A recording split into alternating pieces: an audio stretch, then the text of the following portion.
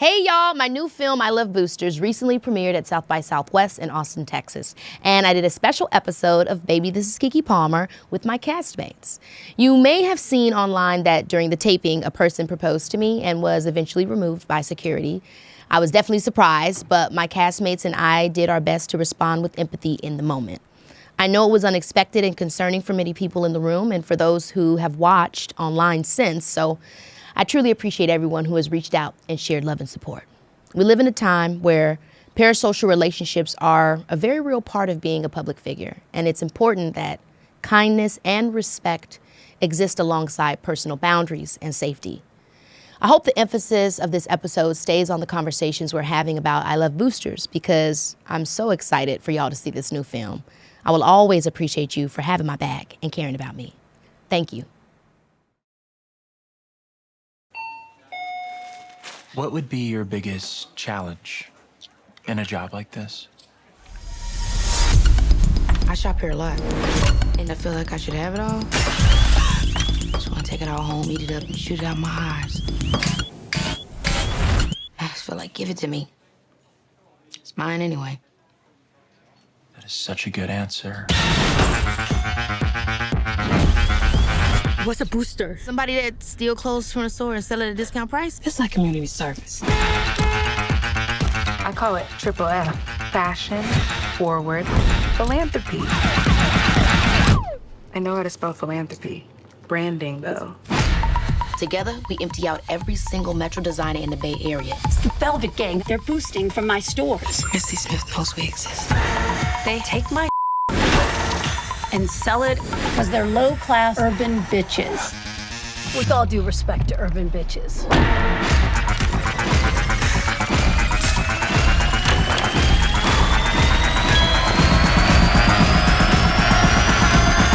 I'm an innovator making art. Why are the nipples so big?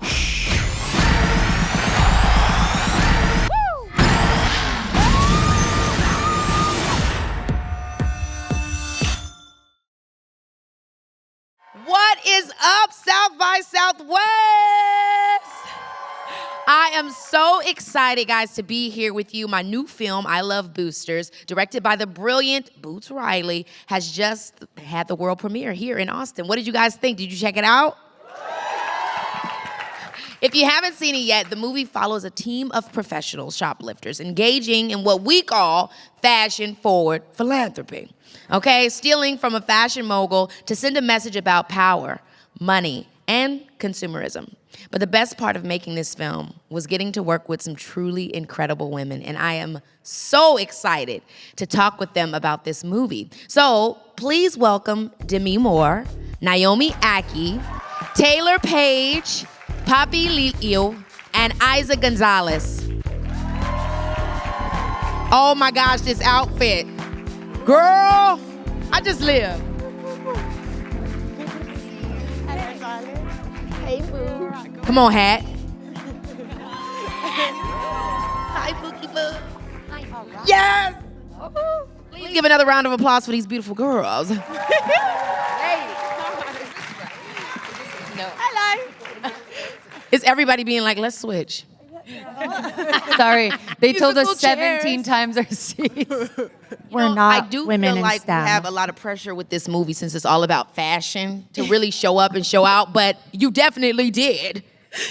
We kind of beautiful coordinated pants. without realizing. I know. We Yesterday, tried color- coordinating and we could not make it happen. Oh my gosh. Like, we're not, a group of artists in a group chat is not good for planning or organizing anything. And yet it still happened because psychic. But we tried. I be texting Taylor back and forth. Our group chat is crazy, y'all.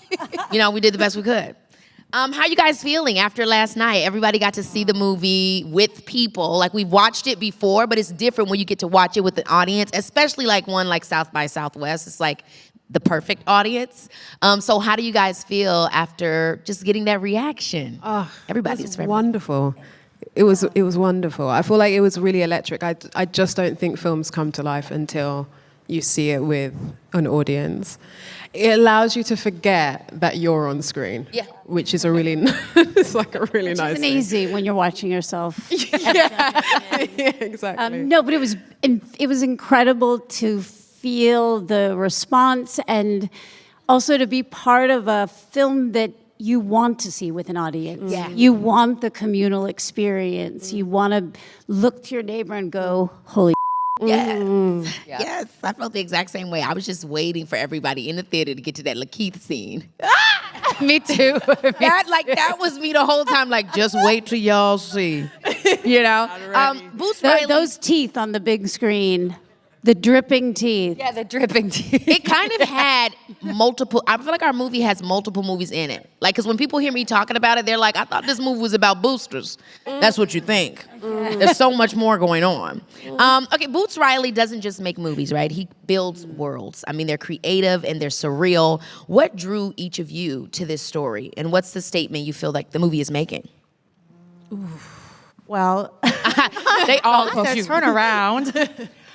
Well, I know that working with Boots has been like a bucket list career dream. Yeah. And so when I was first sent the script, I was ecstatic. And Boots and I had a Zoom. And, you know, it's a complicated world. Some scripts you read and it's very intuitive, like what's going on. He kind of had to like say the vision. Yeah. Even when we were filming it, I feel like a lot of it is a fever dream in Boots' mind. And until you're sitting there seeing the final product, it was sort of like, oh my God, that's what he was envisioning the entire time. So anyways, we talked through the character and everything, and I did my tape afterwards. I remember just thinking then, I was like, even if I don't get this role, I was like, I already feel so happy that I got the chance to talk to him, that I got to read the script. I was like, it's reminding me that the right creative collaborators are out there, and it just gave me a feeling of hope. And then I did get to do it with him, and that was such a dream come true. Yeah. I had just finished filming Welcome to Derry, which was a completely By the way, that show is great. Girl, congratulations on that. Thank you, Mama. No, seriously. But that's obviously really dark and it's horror. And so this came in and y'all were already attached, and I thought, this will be really fun. But I also really wanted to work with Boots like you. And so the minute my agent said, Boots Riley has a new they couldn't even finish the sentence. I was like, send it now. And we met, and then I didn't hear anything, and then I was pregnant. Yeah. And so then when they said, you know, you're doing it, I'm like, I'll wait to tell them when I get to Okay, that's Atlanta. how you book a job and keep a job. And we went to dinner, remember? And I go, guess what, y'all? And Boots I saw his panic, like, okay, well, I guess he was like, your character Mariah could be pregnant. We were trying to figure it out, but. Yes. I feel like the conversations that I had with you in the beginning of the movie, like I thought that I got the movie, but also talking to you made me get the movie even more. Really? Yes, because I remember the first thing that we shot was one of the opening scenes of the movie. It's when you wake me up, you got me working. And I was just like, I remember you said something like, it's like the Wizard of Oz. You remember when you was I do remember that. Look, I have mom brain right now, so I don't remember anything. No, but that I sounds so remember insightful and then the smart. whole shoot, Taylour kept trying to be like, and you're the lion, and you're the no, you're the Tin Man, and you're the And I'm Toto. It kept. You being Toto was changing the crazy. I entire thought you was shoot. Scarecrow. Swear to God. So does that You're make me the right. wizard Yes. or The wizard. You're the wizard. You're the wizard, girl. You know what I mean? But I love the idea of playing with the archetypes and bringing, you know what I mean? It was just interesting the way that you were literally indexing the movie backwards. Like, it was Wow, so thank cool. you. Yeah, Thank I you love for it. reminding me. Yes. I have to remember that for this run that we're doing. I Love Boosters has been called a Robin Hood story, right? Grappling with the idea of, that technically the Velvet Gang are criminals, but culturally they're making a difference. So how did this film make you look at that, that moral gray area? You know what? I think the thing that stood out for me about this film and that attracted me was the idea of. Sorry, go. Will you marry me? Is this serious? What's happening? How did this happen? I can't marry you. I don't know you. I'm so sorry. I'm so sorry, sir. No, it's okay. What's going on? Is this a prank? No, there's. Y'all talking about no. Well, I guess we got to get this settled then. She wants to say yes. She wants to say yes. Okay. Oh my God. Oh my goodness. Oh my goodness. I just love the shock in your face. You're like, Wow. Is your heart beating really fast? My heart's beating really fast. I wish this happened to me all the time like you. That's amazing. Keep waiting for somebody. Well, you have your boyfriend that brings you flowers. Eiza, guys, are you doing it? Okay, it's okay. Everything. But thank you. We just need to keep going. Yeah. You just have to say no. It's okay, honey. No, That's very sweet. Oh, so sorry about that. Whoa. Sorry, guys. Well, let's just take a deep breath. Oof. You know, much love to you, brother. Wow. Okay. All right.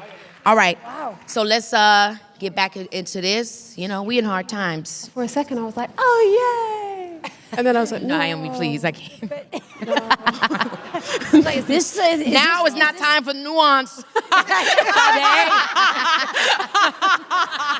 Sade, always on that Sade, always on that. Remember that one time? Well, Larry. we'll never forget this moment. Yeah, that was, we got a lot to chit chat about. Okay. Yeah, debrief. that makes, it takes you to like, wow, something real all of a sudden. Yeah. But not. Kind of like the movie. Woo. Yes, kind of like the movie. What was the question, Keeks? Yeah, right. surprised Boots you didn't Riley hit projects. Wait, did we answer the Oh, last no, one? oh, We actually didn't. You were talking. Right, community.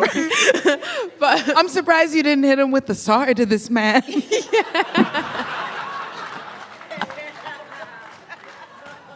I think I was just in shock. I kept thinking, I was like, oh, they bringing Punk back. You know what I mean? Like, yeah. You know what I mean? I was like, I get it. It's a premiere of the South by Southwest.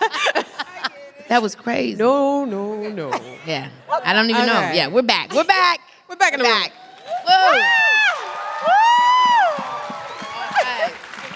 Babe, what was the question again?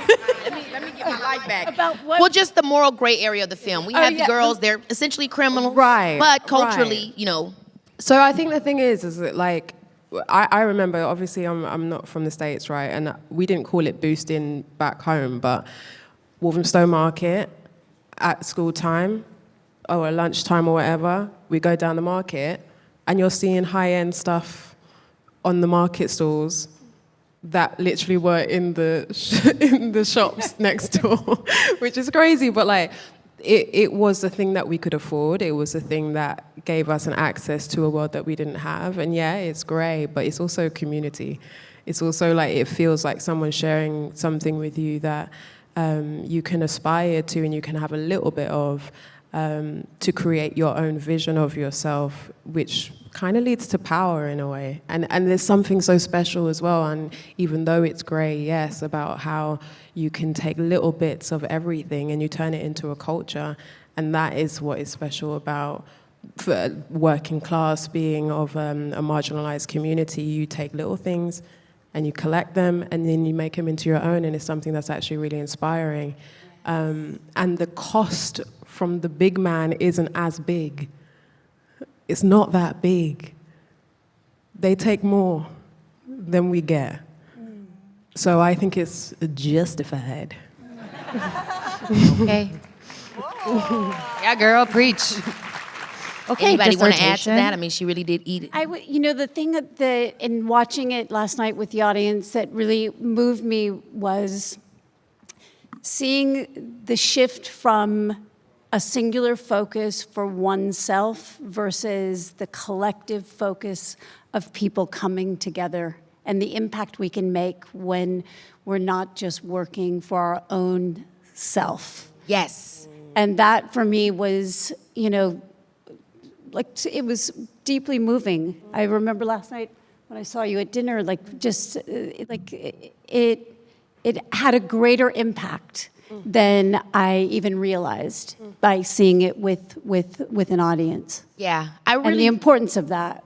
I really love the mirroring that happens between Christy Smith and Corvette, because there's this idea that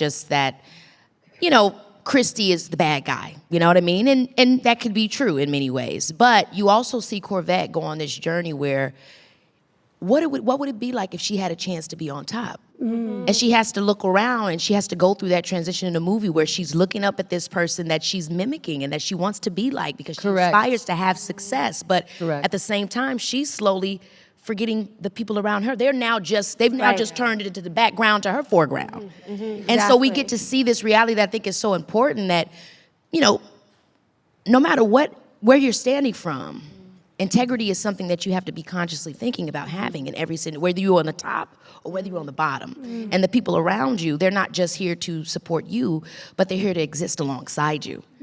So that's what I love that Corvette finds. And that really was touched me the more that I watched the movie. You know what really hit to me when I was watching your performance was the concept of we are conditioned as a society to idolize these people while still having a moral compass, right? She's completely a morally balanced human being of who she is, but somehow we are all trapped in this vortex of, you see her when she talks about her, like her eyes glisten, and she has an identity of her own. She knows who she is, yet somehow she's like, you know, like a fly to the light. And I think it really encompasses the world we live in, because it is. I find myself, especially with social media now and seeing all these kids and us, including us adults, you know, we kind of hate it, beloved, but hate it, beloved. We all live in this dimension of this duality, and I think it does capture that because you're not just villainizing her. And I think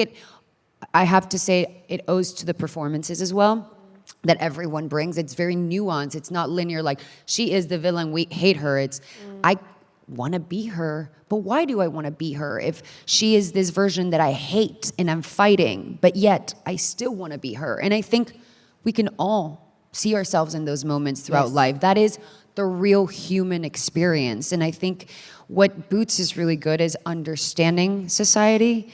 He does social commentary about society, and he's always on point. And he's quiet, man. He's not like, you know, he's on set and he's just observing, and then he just plasters it on art. And I think people will watch this movie and rewatch it and get so much more from it, because these are very fundamentally balanced women, yet still being swayed by the one thing they hate.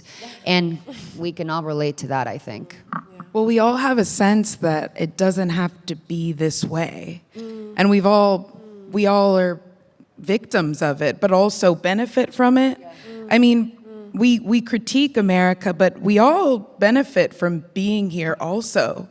The world it's gonna continue to spin, and we're gonna continue to wanna wear clothes and have nice things, and you know, your car system, your transportation, your options. We have options, you know? It's like, I don't really like bananas. I actually would prefer this.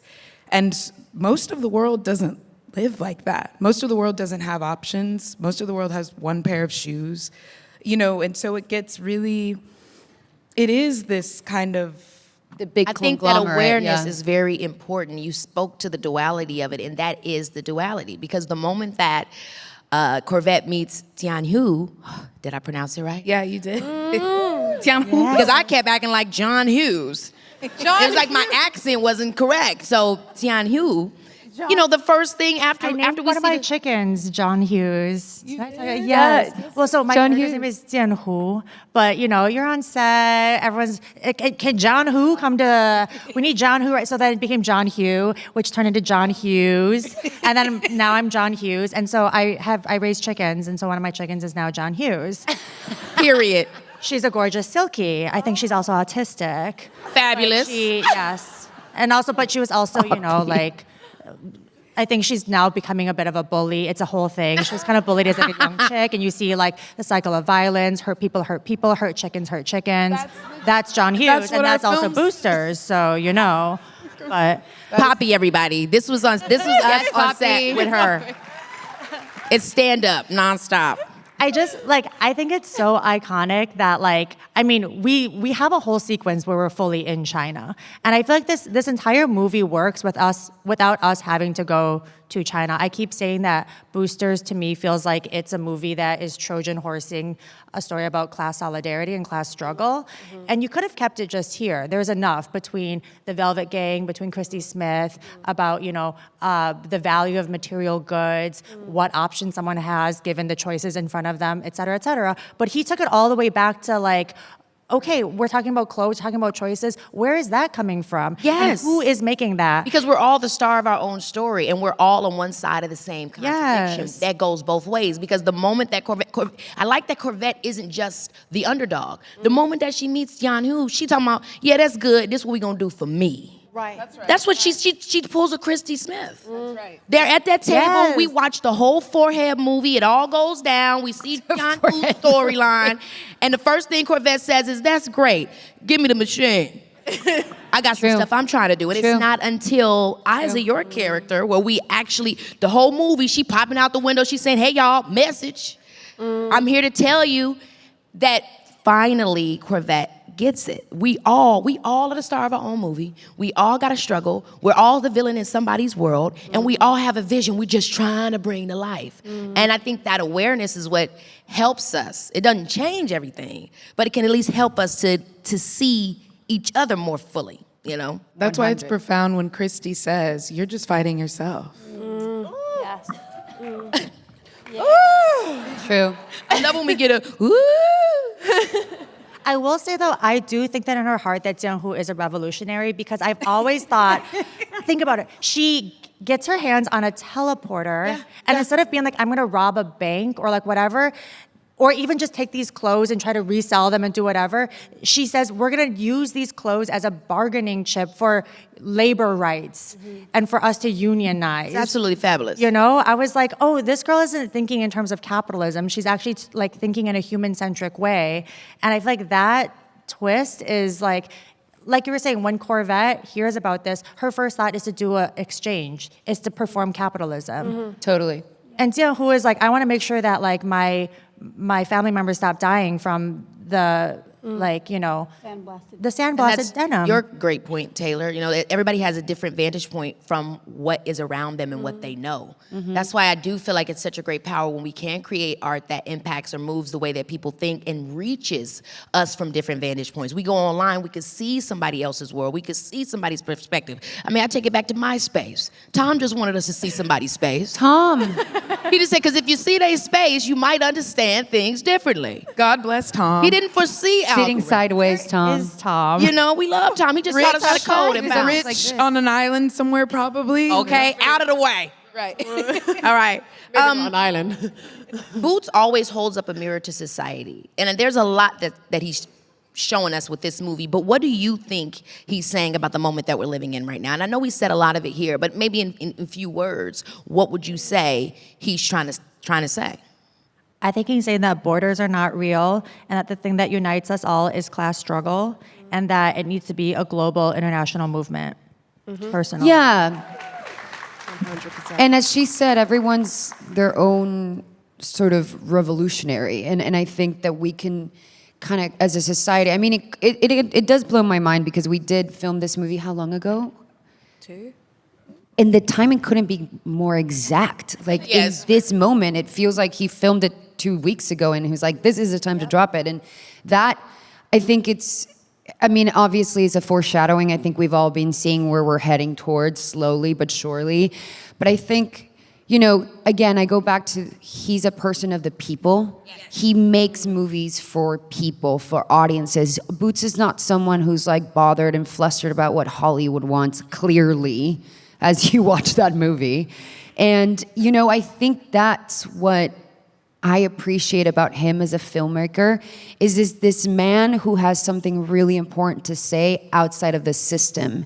And the point is to criticize the system within being in the system. It's quite meta. And Yes, I live for the meta of it all. And he's like, but F the system, and this is what it's at, and this is a patriarchy, and this is how it sets, and by the way, the fact that, I mean, I don't like to go gender specific, but most of these revolutionary characters are women. I don't know, like he's a father, he's a partner, he gets it, man, in a deep cellular way of what's this world looking like. And I think that last moment in the movie, I mean, we were talking about it, it moves you, it hits you deep with turning on the news and what's going on in the world. And I think when you watch characters like this going through these journeys, it makes you believe, damn, man, my life has purpose. Even if I'm in this small place or in a big place, like my desires, my dreams, what I look for, I can go for it, whatever that looks like. And I just gotta push. Don't let the system brainwash you, because it's designed for us to just be completely drawn by it. And so we are getting to a place where, like, I think as everything, the pendulum swings so far right and so far left. And now people are like, nah. Not anymore. We're pushing back. And I think that's very motivating. We see it with the strikes on the streets. We see it with, you know, it started all with like in the middle of COVID and Black Lives Matter. And like, we're just like, no, the system doesn't dictate anymore. And I think in a world that feels so bleak, this feels like a ray of sunshine. Do you think he's saying that there is a sweet demon trying to suck the life out of us somewhere? I'm still wrapping myself around. The cunnilingus demon? I've been around a few of them. I mean, I'm just wondering, you know. Someone one would day is hit going to home. write their PhD on what the symbolism of that, cunnilingus demon is doing. Oh my God. And I want to read it.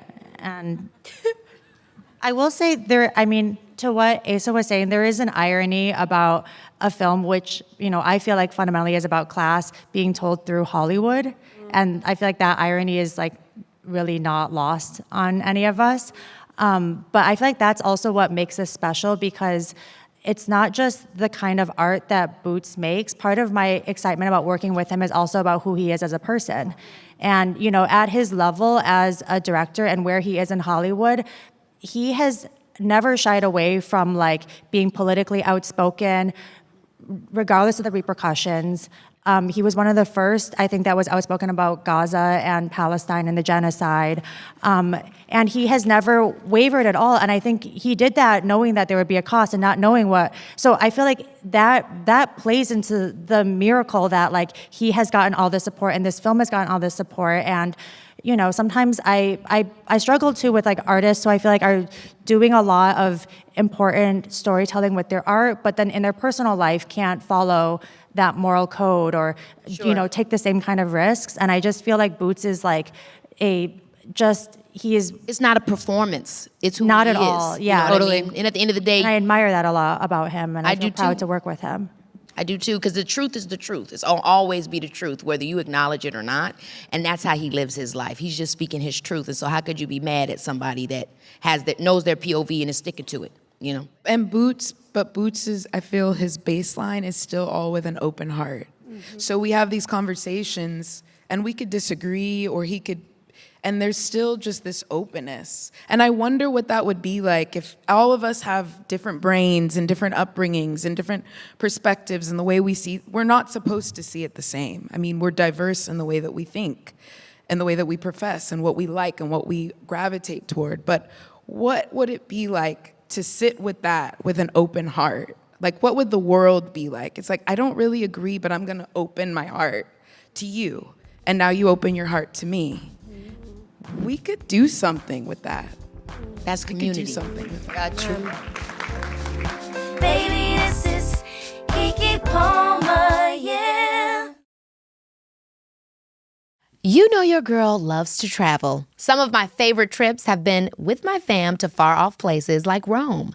But this spring, we're eyeing a more local spot like South Carolina because our non-negotiables are delicious food and a beach where we can have fun but also get some much-needed R&R.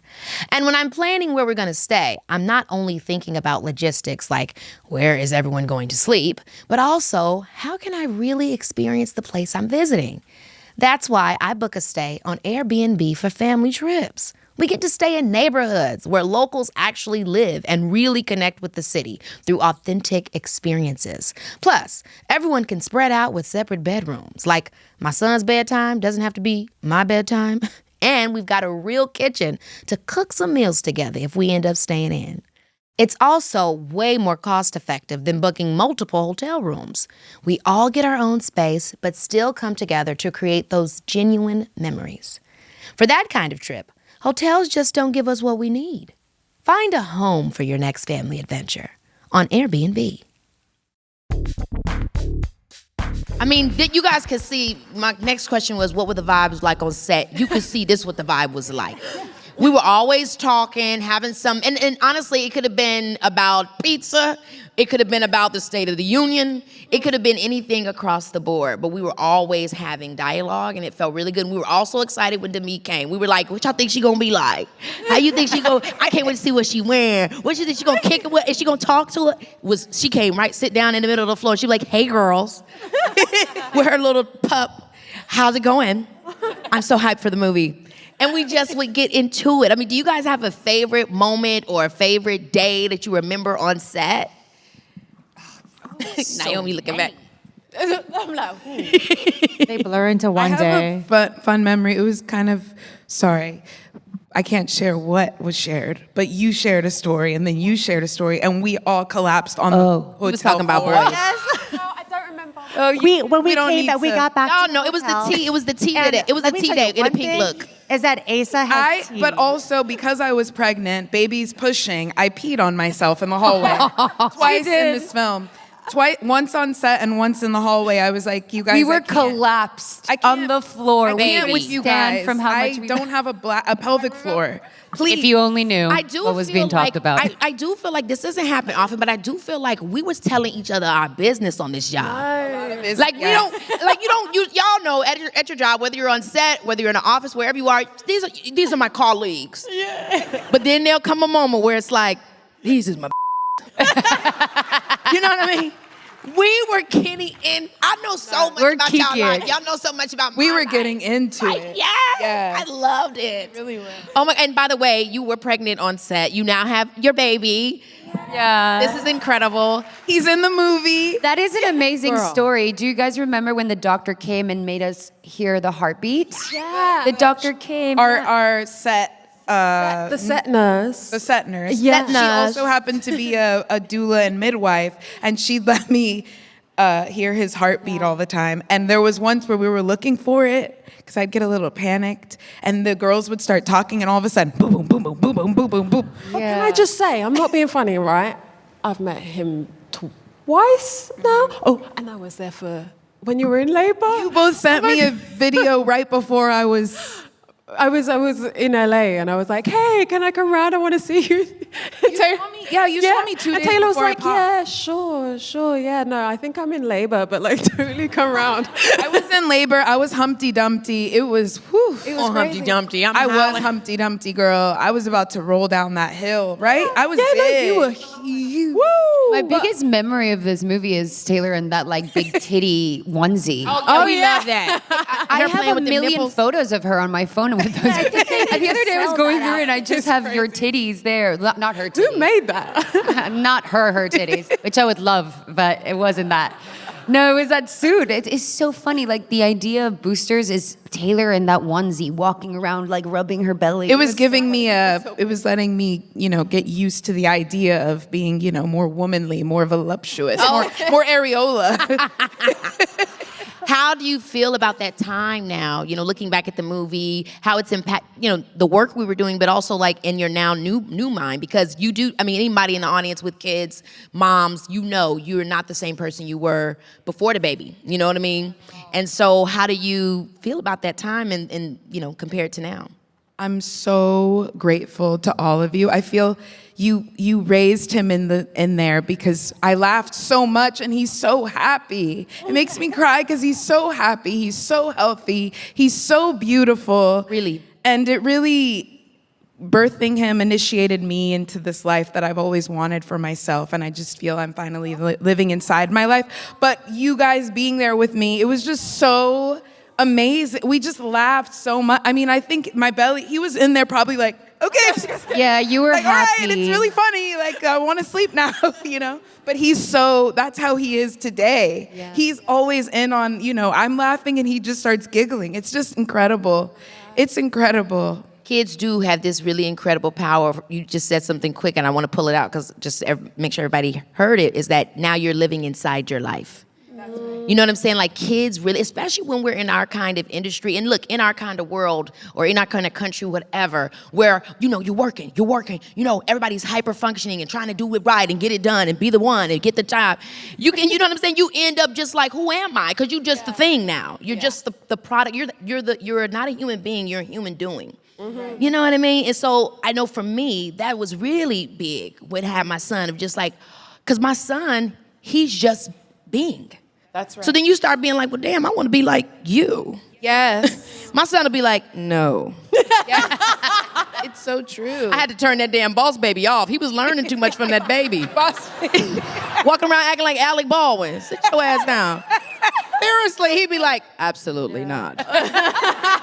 But it helps you. It reminds you. No, it's true. You're looking at this baby and they're on an acid trip all day. They're like, wow, the sky, my feet. So I'm like feeling the bottom of my feet. I'm like, oh, here I am in this moment. Wow, my feet. Wow, my hands. Everything. His belly button, a lemon. He's like, this lemon, like all these amazing things. Being alive is so cool. It really is. Yeah. To love and to be alive and to love people around you, to love your baby. It's just like, it's incredible. I completely agree with you. Was there a moment, you guys, where you felt like, I know for me, I'll say this, because the question is about when we knew our chemistry was working. I remember when we did that first read, if y'all remember. It was like before we started filming the movie. Oh my God. And we were in there, and Booster was just like, just talk, just do the lines, and this is our first session or whatever like that.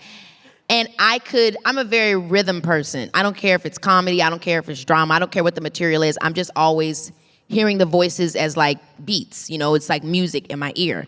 And we're doing the lines, and I was like, this beat is sick.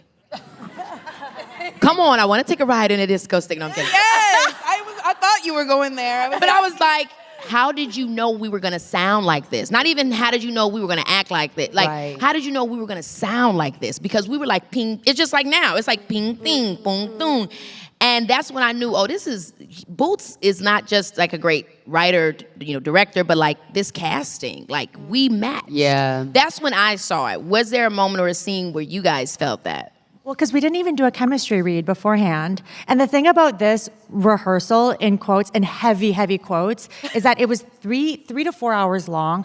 I think we went through the scene 2 times, maximum. And the rest of it, one thing I admire about Boots is that he takes up like 0 space as a man, which is like one of the most endearing qualities ever. Oh, for real. He really let us go. True. We'll just be like yapping, and I'll just turn around and Boots is right He's there. just observing us. He's It's just like with a huge smile on his face, like. And we're like, but like this rehearsal, it was just us like yapping, and he would just sit back, and at the end of it, we were like, do we need to read this scene more? And he was like, no. He was like, I think that's the rehearsal.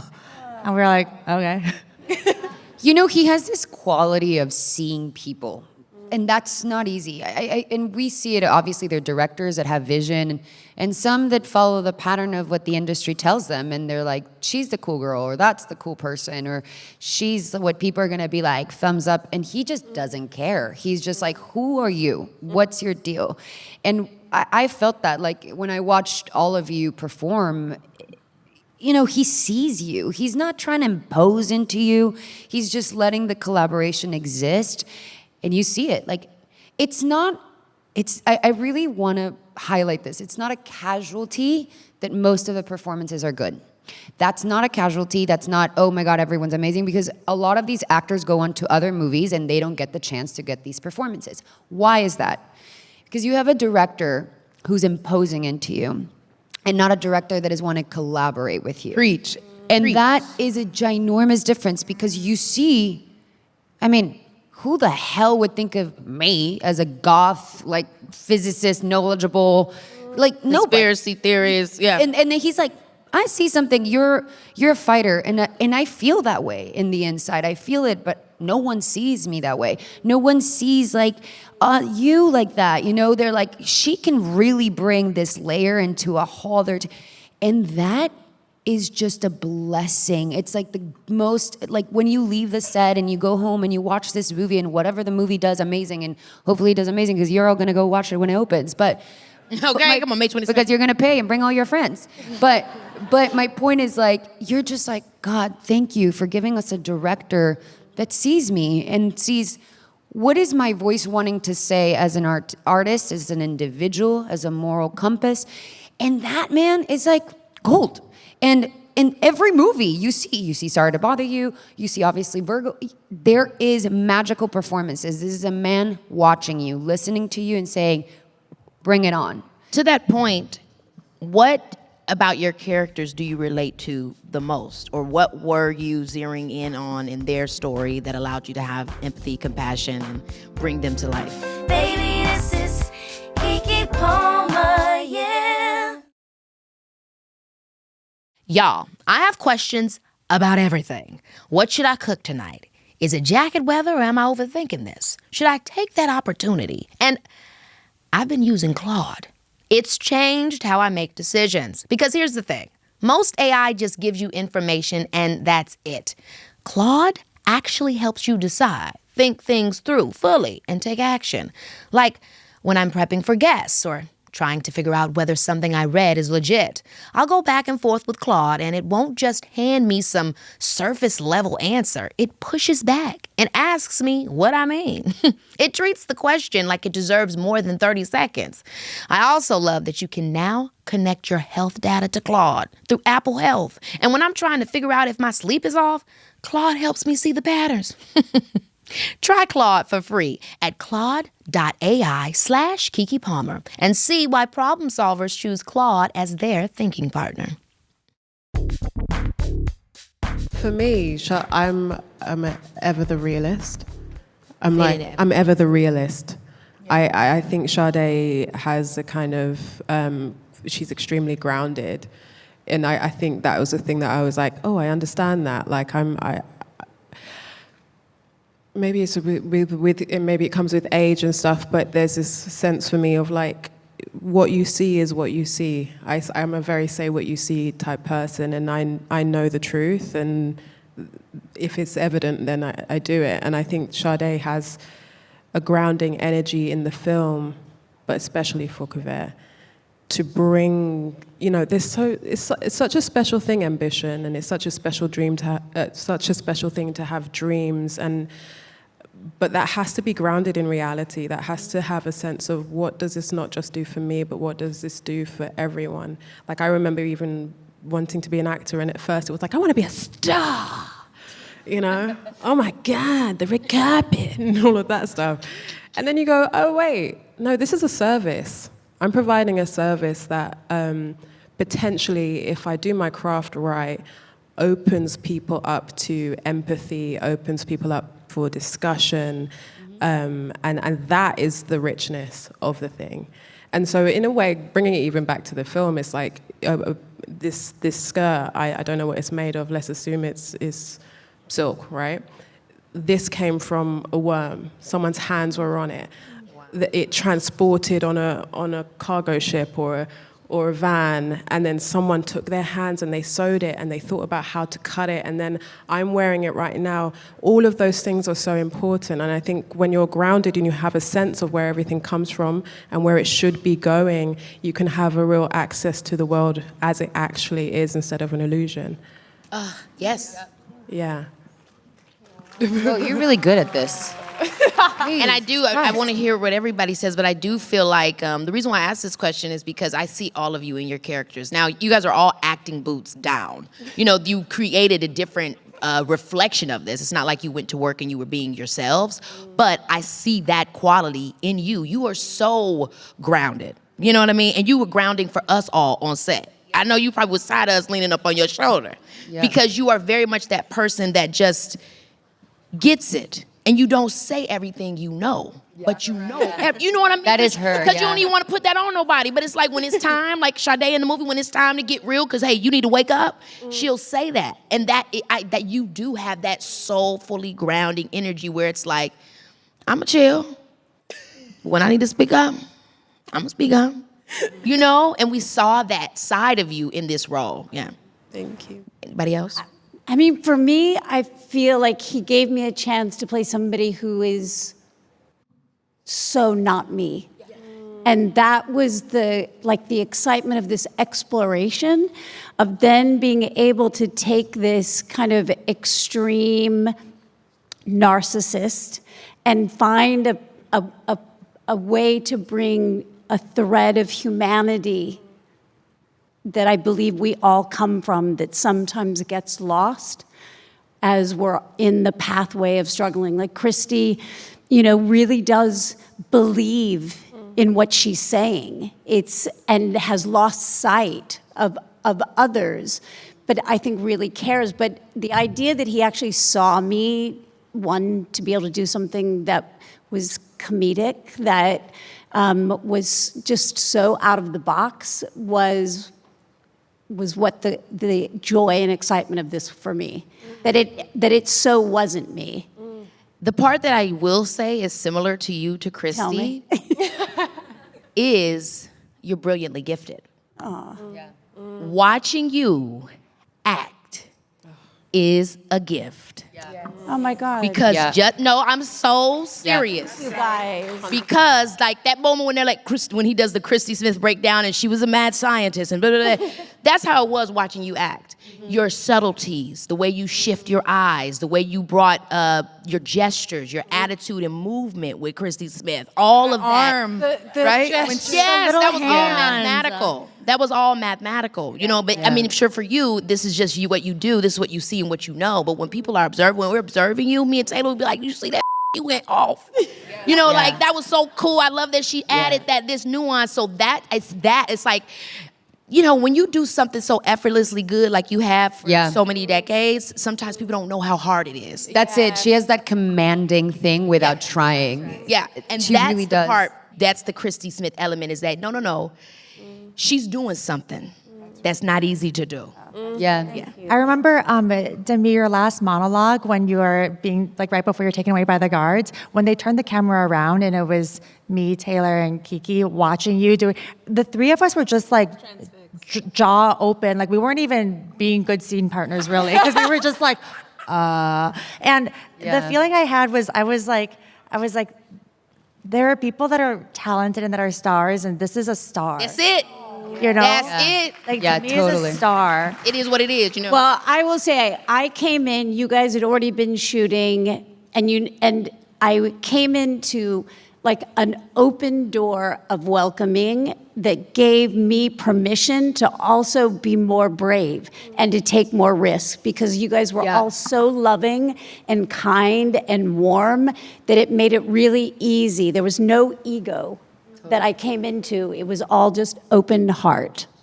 And it makes a Keke huge too. difference. It goes back to Keke too, because I have to say it becomes a domino effect. It's really interesting what happens on a set, right? If someone's having fun, then the next person's having fun, then you get into the door, you're like, oh my God, everyone's having fun. And then it just becomes an environment. And that's to you, girl, too, because you really came in. You're such a ball of wisdom welcoming. and light and joy. I give y'all the money for saying this after. Yeah. You're like, keep going. Y'all did good. But we all dumped in, did deep dives, immediate personal deep dives in between. They had to pull us out like, you guys need to go work. Those poor PAs, man, they were like, Got those poor PAs. Wrangling cats. It was had a like wrangling flashback. cats. But it's true, number one on the call sheet always determines Makes a difference. the vibe of the set. Even if everyone else is amazing, if number one on the call sheet is like, it can't be fixed. And you set that tone, Keke, and it was very, very special. Yes, you did. girl. Thank you. Really appreciate that. What do you find similar to Corvette? Girl, I thought you never asked. I really relate to Corvette being wrapped in her vision. I've always known what I wanted to do, who I wanted to be. Girl, you a superstar. Yeah. a superstar, girl. I've always felt like I want to do this and I want to I want to have da. And you've done it, mamas.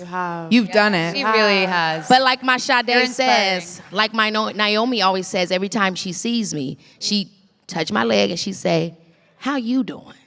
And it don't sound like much, you know what I mean? But what she's saying is how are, not Keke Palmer, how is Lauren Kiana Palmer doing? I have You know? chills. It's true. That I relate to Corvette because just like Corvette, like I just want to do what it started from.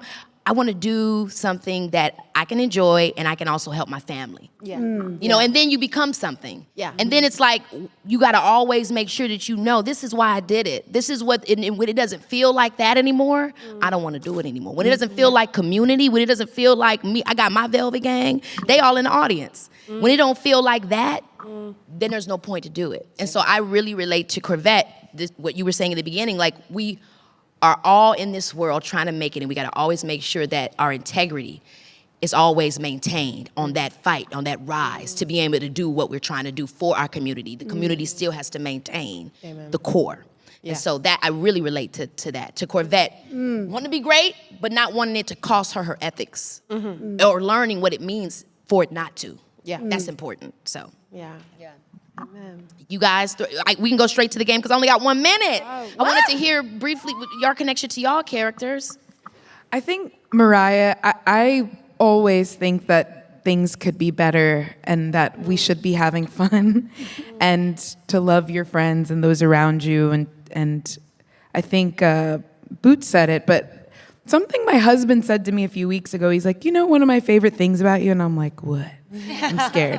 And he was like, you know, every time you look at your phone or you say something, I always feel you're going to tell me something good. You always have something. Oh, that's sweet. But it's true. Oh, that's I actually, so I'm like appreciating my heart lately because I'm like, Good. it's actually true. I'm like, I do that. I do feel that I look up. I'm always looking up. I'm always like, it could be better. It could be better. Really we are. could be better. It's going to work out.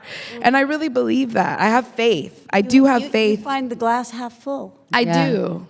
Or I'm even just like, whatever. You know? But you also, what we I'll get to drink out of the see- faucet. What we get to see in this movie is you're really, really funny. Yeah, she's so You funny. know what I'm saying? Like you really, I think sometimes we're all, you know, it's this thing like with comedy or whatever, like you feel like, okay, what do I do? And da-da-da-da-da. Like you're naturally very, very funny. Yeah. And I'm happy that people get a chance in this movie to Yep. really see you flexing that because there was not a moment that you didn't say something on the screen where the audience was cackling. And I know you was outside with the baby, so I don't know if you saw, but like, girl, it was so funny, and that's how it feels being with you. You always is cracking some type of joke.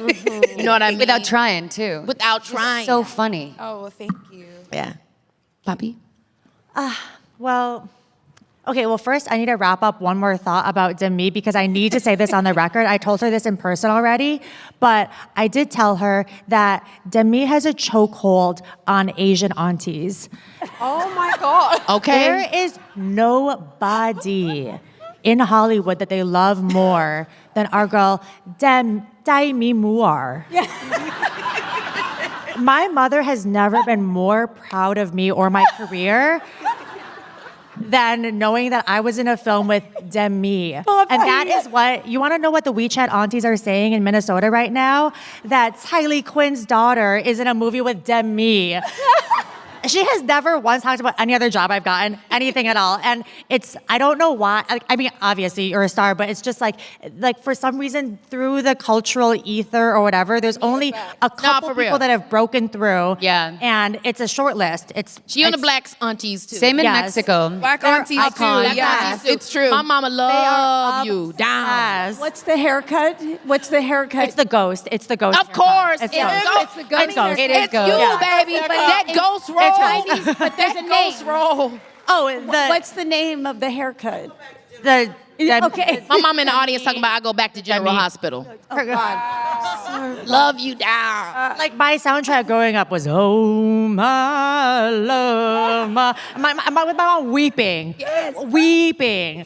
But yeah, so you know, Asian aunties, you would crush in Asia, crush. I'm going to add it to my bucket list. Yes. Okay, but right, my Jianhu.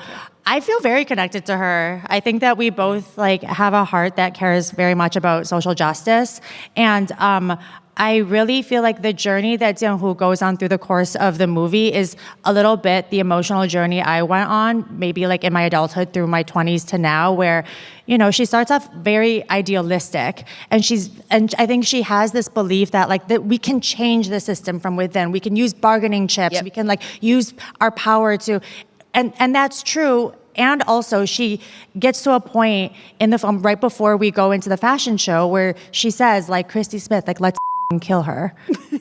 You know, and it's like, that's not like where I'm, but like, you know, but like she reaches a point where she was like, oh, actually the system can't be changed. Some things need to be burned down.